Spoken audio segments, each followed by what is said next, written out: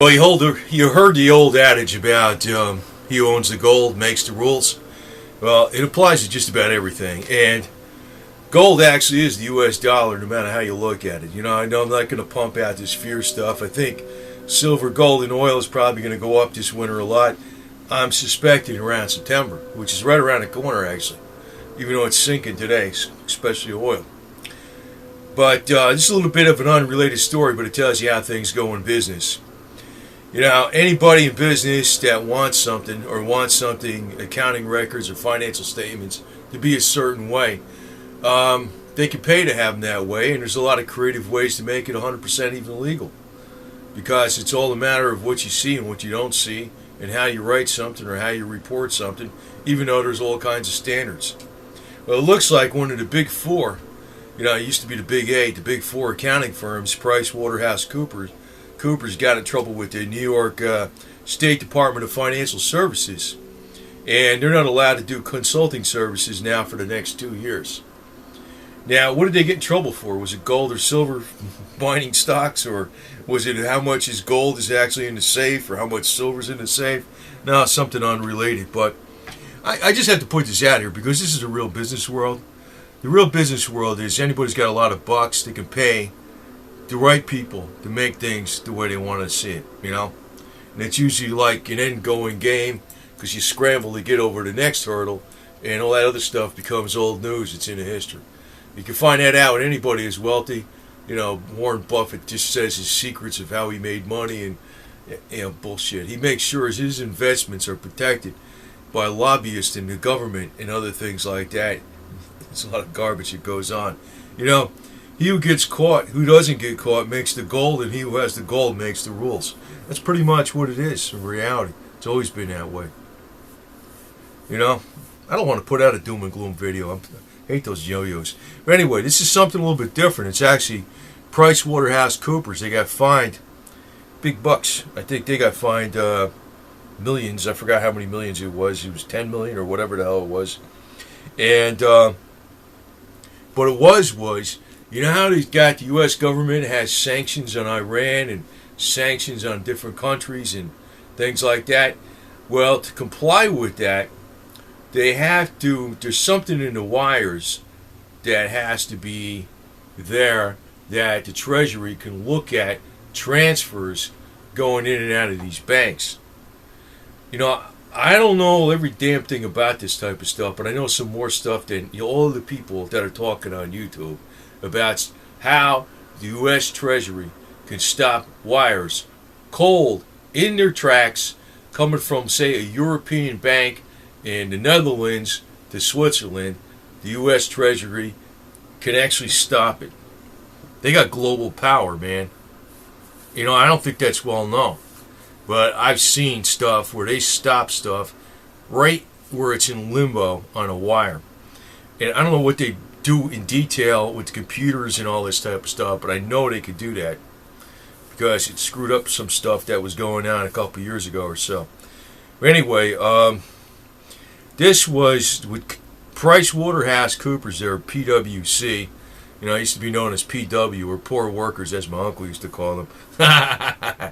He always considered them a bunch of phony, poor workers. Anyway, but he worked. But the State Department, the New York State Department of Financial Services, they basically said that PricewaterhouseCoopers caved to pressure from the Bank of Tokyo-Mitsubishi to strip information from the wire transfers that would have triggered sanctions compliance alerts. Like, like in other words, if there's a money transaction going on, that means you're dealing with such and such country that you're not supposed to be dealing with, right? So it turned out that the Bank of Tokyo-Mitsubishi in June 2013, they paid a $250 million fee for violating the U.S. sanctions. You got that? The Japanese bank paid $250 million for violating U.S. sanctions. This is what I want to drive home, because I'm not trying to tell you that the good thing But I'm telling you, this is really how the stuff is. And you say $250 million. Well, that's nothing, right? Yeah, bullshit. It's going to be all worthless fiat currency. Yeah, right. Yeah, right. That's for the profit, for fear, doom and gloomers that you constantly see all over the airwaves on the internet trying to sell you silver coins, which I think is a good investment right now. But the fearmongers are going to freaking be dumping that junk later on. Well, they make a lot of money scaring the crap out of people with all their view counts and all this other garbage that people always get led into. I know this deal. This is how these yo-yos work. And that includes the top people in the silver community. But, I guess, PriceWaterhouseCoopers, they should have called up John Corazon and says, hey, we'll give you $1 million. You get us out of this. You got all the connections. You didn't get in trouble. That's what I would have done. I would have called up John Corazon. I don't know what the hell he did. Nothing happened to him, right?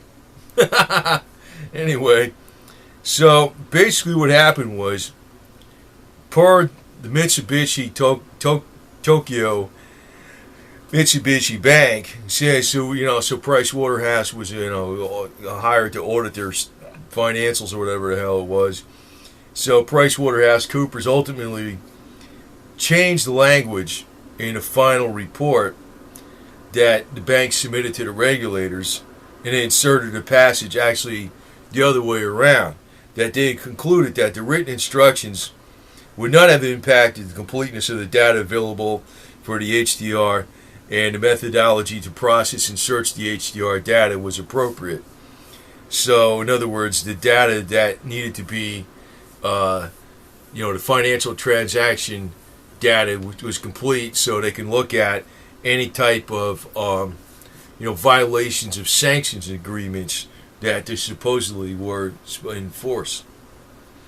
But if the dollar don't mean nothing, what are you worried about sanctions? Oh yeah, here's some gold bullion or silver or something. Here, go give me a gazillion barrels of oil from Iran, right? You're gonna take that? Fine, sure, whatever. Man, I'd like to see that. You can go fill up my car for a freaking silver coin. Go ahead. I'll fill up 3 of my cars for a silver coin. How's that? Hey, here's silver. You don't want that fiat. The reality is, it's not like that. That's just how it is, man. But, this is also the game that actually, if you really start looking at it, the people that are in finance, like accounting and things like that, or even in the banking system, aren't really the top people. The real top people are in the shadows. I've noticed some things, and I've seen some things where some of these people, I knew about this even back in the 70s. They were alleged to be number 4 on the list of Forbes, but, they were not that far up. I think they were still in the top 100. I knew about that one in the 70s. But there's a lot of ways that you can actually hide money, I think, there really is. I mean, you look at BVI, what goes on over in BVI, the Cayman Islands, Cyprus. Why do all the Russians have their money down in Cyprus? It's a tax haven. Why does Vladimir Putin have, I know it's alleged connections to gun war in Switzerland. Hey, the guy's filthy rich. They all are. They all play poor. The smartest people play poor. The smartest people play poor. The dumbest people play rich. They always play like, I ain't got all this money. That's how they go broke. The smartest people always play poor. They always do. But, as far as when you're looking at financial information and things like that, it's he who has the gold makes the rules. Warren Buffett will tell you, yeah, I invest in companies that are this and that, and I'm not really investing in a stock, I'm investing in a business. Well, it is. He also has the other connections to make sure that area is going to do well. Like when they had the bailouts and stuff like that, he was one of the main ones insisting on the bailouts. You know why? Because he would have lost his ass. Right? Today in the major media, they make Warren Buffett look like some kind of genius hero.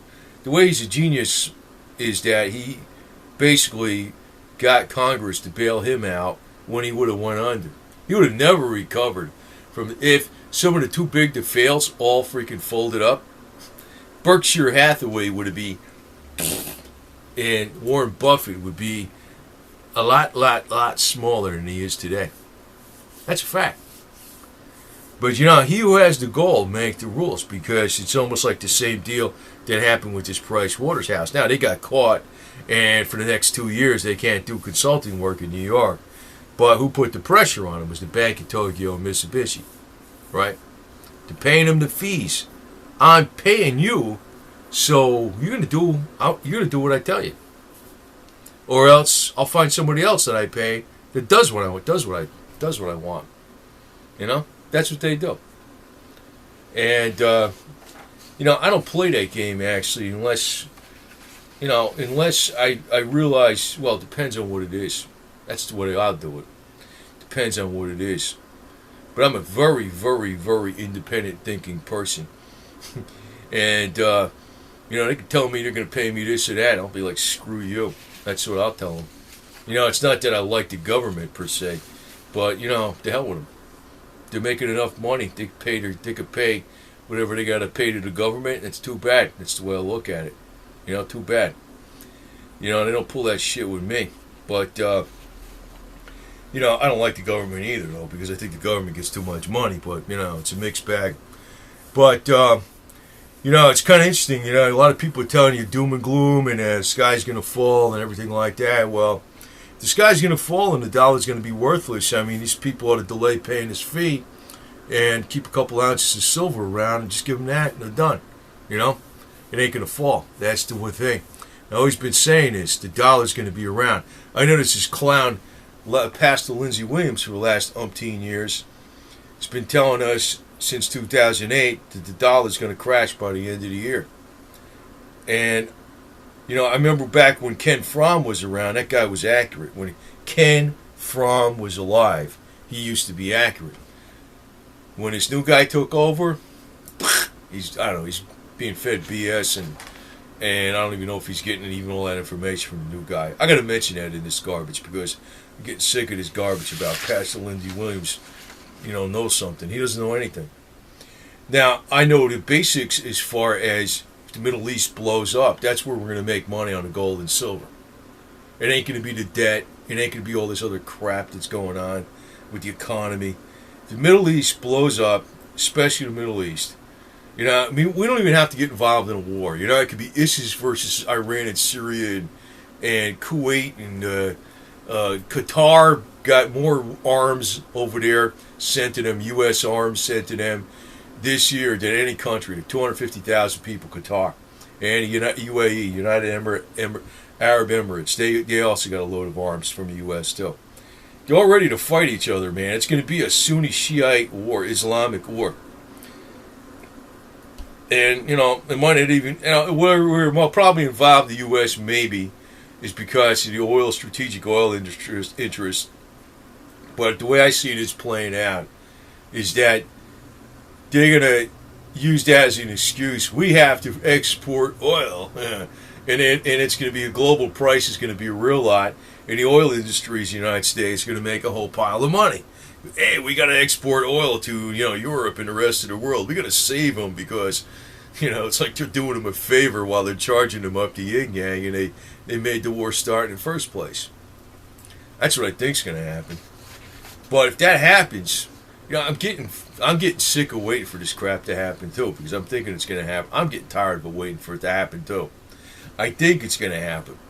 It's going to happen when it happens so fast.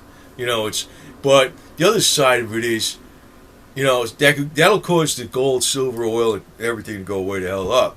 But the other side of it is the situation could get straightened out faster than the turmoil took to happen. And you'll see gold, silver, oil, and all that stuff go right back down again. You know what I mean? They don't want to actually put their industry totally out of business just yet. You know what I mean with the oil industry? They don't want to do it just yet. So what I'm thinking is there's going to be a major peak in the oil prices. Then they come back down. Maybe not to 100 or something. Maybe it'll be 120. Because people are thinking, 120 a barrel's cheap. Maybe because it went to 200 something. But that isn't a Lindsey Williams prediction, because the first time he predicted that $150 to $200 a barrel of oil that I know of after Ken Fromm died was June 2011. He's been predicting that every year. For $95 DVDs. I don't sell DVDs, okay? I gotta address this. I'm getting sick of this garbage. I actually have it in my mind. This is never going to happen. To the last holdouts that still believe in Lindsey Williams are convinced the guy's full of it. And once they're convinced the guy's full of it, then it's going to happen and we're going to make a bunch of money. That's why I'm addressing it. Because I'm almost thinking it's almost like a jinx. Okay? So anyway, gold makes the rules. They make the rules in the accounting world. They make the rules in the regulator world. They make the rules in the IRS world. You think the IRS agents don't get paid off? They get paid off. They get paid off. You kidding me? I don't want to say nothing more about that. Not that I did it, but I know there's been stuff that I'm 100% sure they get paid off. Okay? I know it. They do. And if you got enough bucks, and somebody working for the government, you're an IRS agent, oh, that's okay. Yeah, I think we complied. That's what they do. As a matter of fact, I used to know. Well, I don't want to. I can get into some really wild stories, man. This guy used to be well, I don't want to say. I think he's down in Central America right now, but he used to be a CPA from the state of Louisiana, New Orleans, and I knew there's a lot of stuff that happened down there too. IRS agents got paid off left and right. Gold makes the rules. You know, if you're some little idiot, that doesn't know nothing, you're like, depends on who the hell you get. I don't know. That's the way it works, right? That's how it works.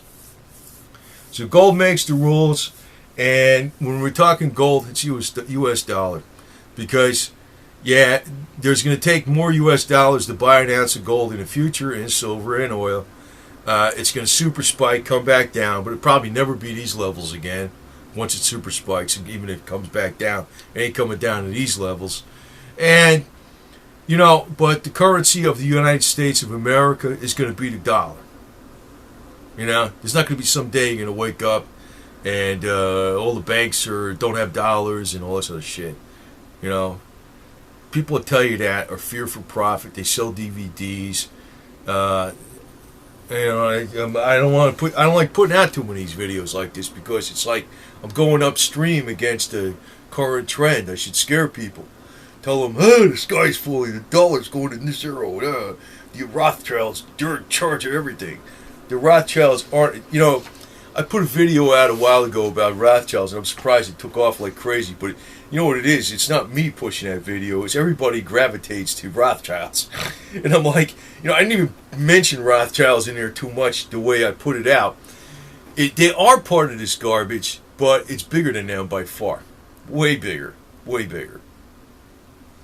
And it's so much, because anybody who wants to make money some way that's going to have a racket, they're going to jump in on it anyway. That's just human nature. Any of my viewers would, too. And they'd be saying the same thing. How do I get some free money? You know what I mean? They'd be doing the same thing. But, how do I open a bank and have no money and make loans and charge people interest for the loans? Yeah, everybody like to do that, right?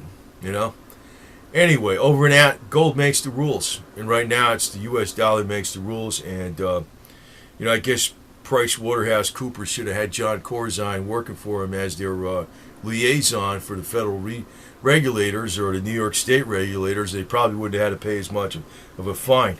I think their fine was, I don't remember what it was. I forgot. I don't have it printed out here. I think their fine was $10 million something, and they can't consult for the next 2 years.